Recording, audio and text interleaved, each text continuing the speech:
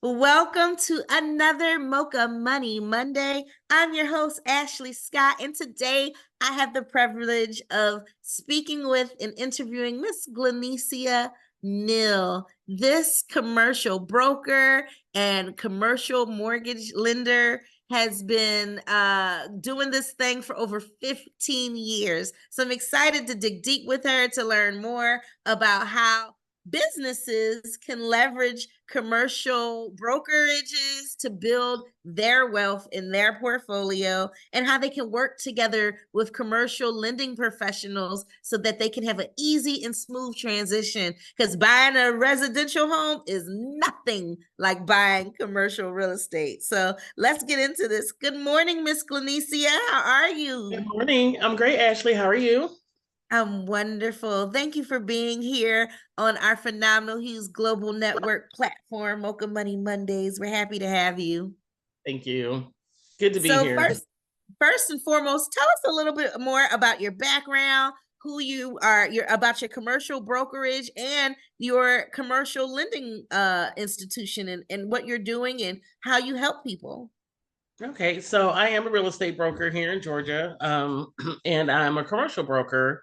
I actually have been doing it since '07, somewhere around there. Then took a break, came back to it.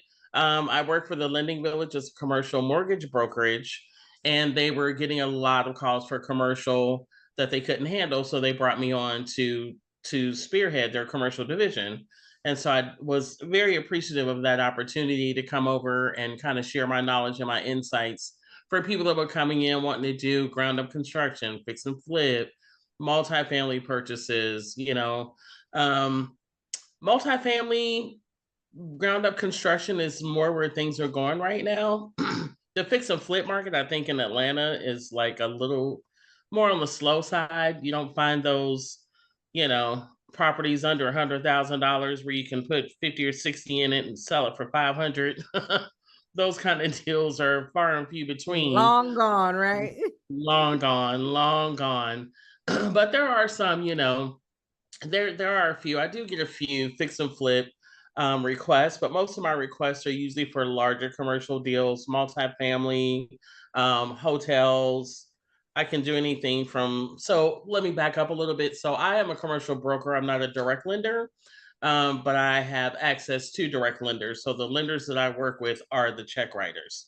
I don't Got go it. through other brokers to get a deal done. So usually, if I have a brief scenario of what it is you're trying to achieve, I can help people structure it. I can look at your information that you're sending in, make sure it's packaged well, make sure no information is missing, and kind of just peel the layers back to make sure it's a deal that I know I can get funded. Because I Got won't it. do what they call a slow no, where you have people's information for weeks and then you find out you can't do it. Those are usually the signs of a broker that doesn't have a great lender list, developed where they can. I kind of match my client to the lender depending Got it. on what they want to do. I have some lenders that require a ton of paperwork, and I have some lenders that require minimal paperwork, Mhm. no income documentation, that kind of thing. And so I kind of matched my client to the lender to get their deal done, if that makes sense. It does make sense. So this means you have access to all the money and all the different resources, and you kind of do a good concierge service of making sure that, hey, you're going to get food to the finish line. And I think that's Yeah. important for a lot of people who don't know what they don't know when they decide that they're ready to finally acquire a commercial space or do any kind of Mm-hmm. commercial job, whether it be real estate fix and flips, or do you do inventory? Like, what if I'm someone who already has a business? Are you doing business or just straight real estate deals? Yeah, straight real estate. I haven't really found a good connection for business funding yet, although I'm working on that. I do try to build on my lender list, on a monthly basis to try to get new lenders that have new products, better rates. In the commercial space, those rates are pretty high. Um, so I usually try to build my lender list, but business funding, business expansion, that's something that a lot of people really need. And it's kind of hard to find a direct source for it. And if I can't find a direct source, and I can't trust my source, then I wouldn't put my clients in that position to be a guinea pig to see if it works. Yeah. Understood.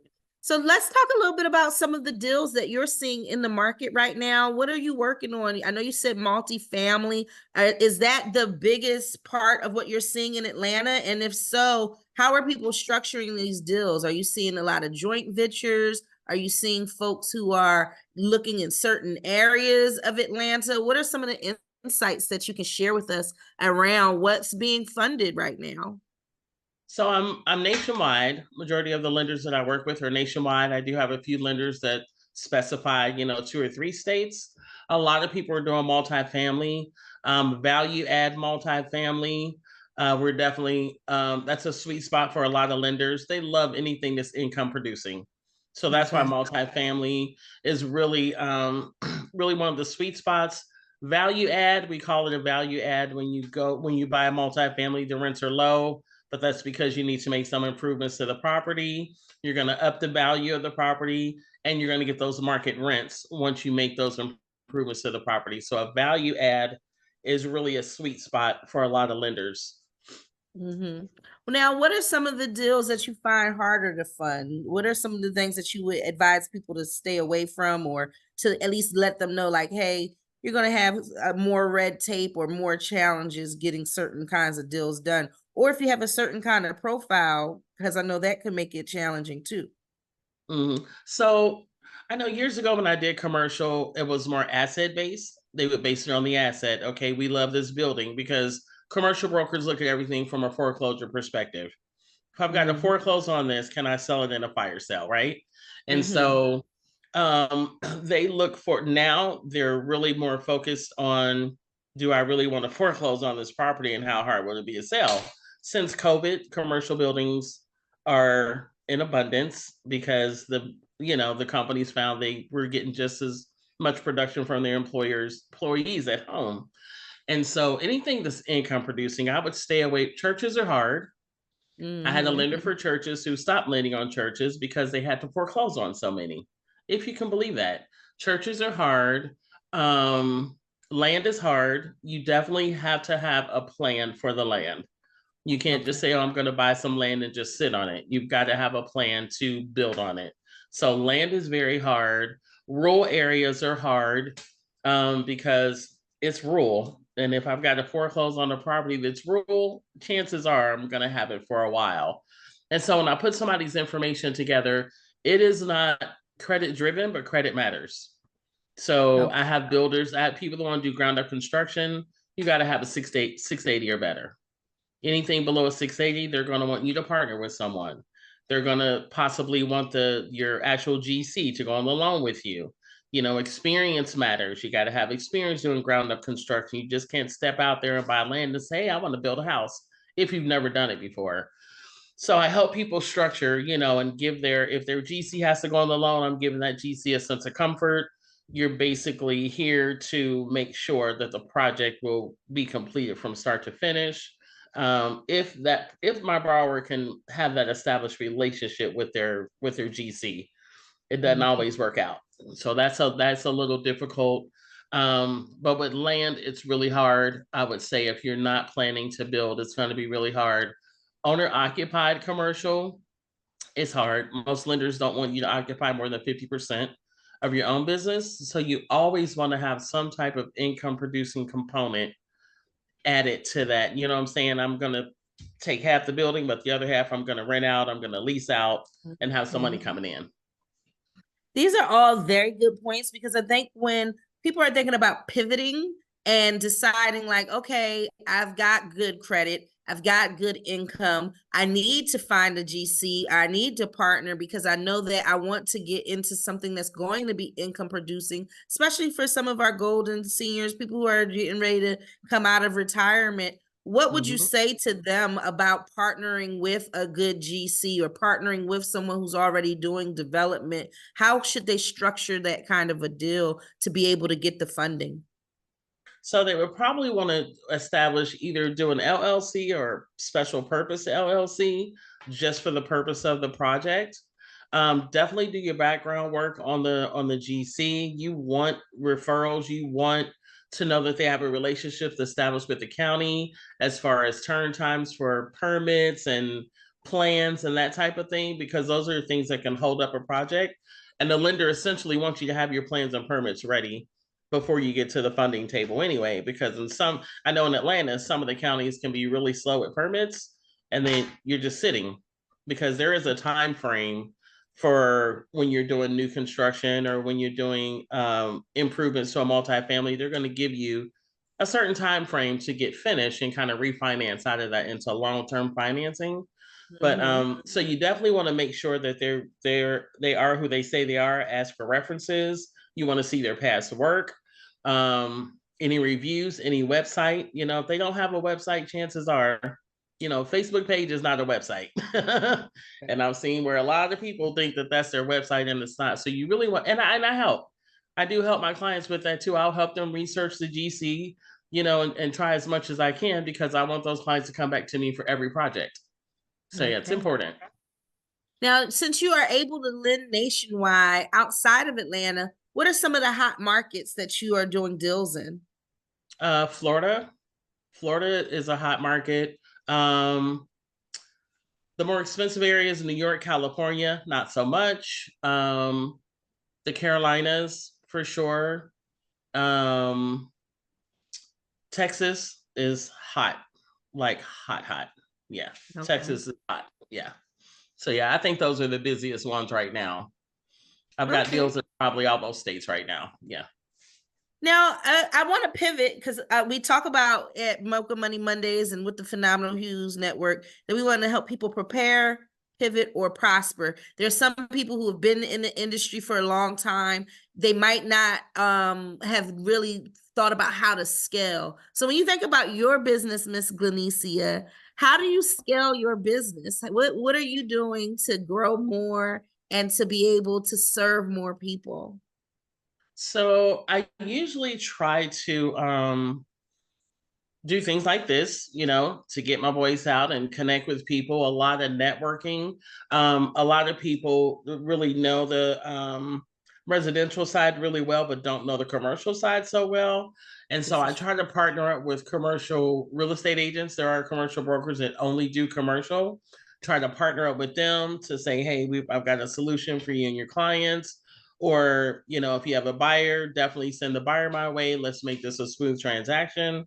And so you really want to network a lot. And then you want to, I have a great relationship with my lenders too, you know, so they will always jump on a quick phone call with me and, you know, have a conversation with the client that I may not know all the details of how to structure their deal. And they'll help me like get it, you know, get them to that next level as well. But networking is huge for sure. Okay. And what about your systems? And I'd always like to know and dig deep because, like, when we get somebody who's been successful in business for 15 years, knowing that most businesses fail in the first 5, what are the systems that you're using to be able to grow and maintain your business? So I actually use Google Drive a lot. It allows my clients to give me all their information at one time because they're usually big files, and it lets me I kind of pivot between that one and Dropbox. Dropbox is good too. You can drop larger files there too, and I can go in, access the information, and only pull what I need. Versus everything, because sometimes clients will oversend information and half of it I don't need, even though I tell them specifically what I need. They'll send me extra just in case. So I appreciate that, because you're not having to go back and forth. And I look very good and organized in front of my lenders as well. They're not emailing me back saying, hey, you're missing something. So I use those two because I need something for larger files. Commercial appraisals are usually huge, you know, 200 pages. So I like to use those two in order to be able to relay their information onto the lender. Okay. So are you a part of the Phenomenal Hughes Global Network, Miss Glenicia? I am, and it is phenomenal. Yes. So when people are ready to be able to finally close or do a deal, they've gotten something, they found, you know, the property, they identified a parcel, they have their plans, they know their GC, or maybe they're ready to find a GC. How do they get in touch with you, Miss Glenicia? So they can, I don't have a website specifically for my commercial lending. they can go to the Lending Village, and they can see my they can click the link for the commercial side, and they can schedule a call or put their information there. They can call me at 770-557-2222. It's the easiest number. Call or text. I'm a morning person. I'm not a night person. But yeah, and then my email is glenicia@thelendingvillage.com. Okay. Before we get out of here, are there any other words of advice that you would give to professionals, whether it be someone who's in the commercial brokerage space or whether it's someone who is deciding to work with a commercial broker? What would you tell them? I think the main thing I would tell people, and I get this a lot, is if you're a residential a residential real estate broker, and you don't know the commercial space, stay out of the commercial space, because it's a special skill set that's required to do commercial. It's nothing like residential, and it's a beast. And if you don't know what you're doing, you can really get your clients in a lot of trouble. You can lose earnest money, because on the commercial side, earnest money is 50 grand. You know, it's not two or three, $4,000. It's 50 grand, it's 60 grand. And you want to make sure that you are working with a true commercial agent. Interview them, get their background. How many commercial deals have you closed? What's your specialty in commercial? Is it multifamily? Is it office space? Um, and so I think that's important, because a lot of people kind of try to slide over to the commercial side, but it's not as easy as some people may make it look. Got to be Yes. careful. That's great advice because a lot of people do try to slide over the commercial and haven't even taken a commercial real estate class. And Right, it is right. an entirely different They beast. look at And the dollar amount. So I can have a $20 million deal, a $200 million deal. Until it gets to the closing table, it's just numbers. And I think that's why some people think they can slide over to the commercial side. Don't do it if you don't know it. yeah, and it takes years for some of these commercial deals to even close in a lot of cases, or at least months because you're Most takes doing so much months. negotiations. So Yeah. It can take up to maybe sometimes 90 days, 120 days, depending on the size of the deal. So yeah, you got to have some patience for sure. yes. Well, thank you so much, Miss Glenicia, for being with us today and for sharing your insights. And Thank thank you you. for tuning into another Mocha Money Monday. Visit Yay. us at phenomenalhues.com so that you can get connected to our community of phenomenal women and gentlemen. Of course, we have our Mocha Money Monday podcast and our Wednesday wind down events. So come get connected. We're here at the epicenter of phenomenal women. So thank you again, Miss Glenicia Neal. I hope that you come join us again for another episode soon. And you all, thanks Yes, I again. will. Have a great rest of your day. Thank you.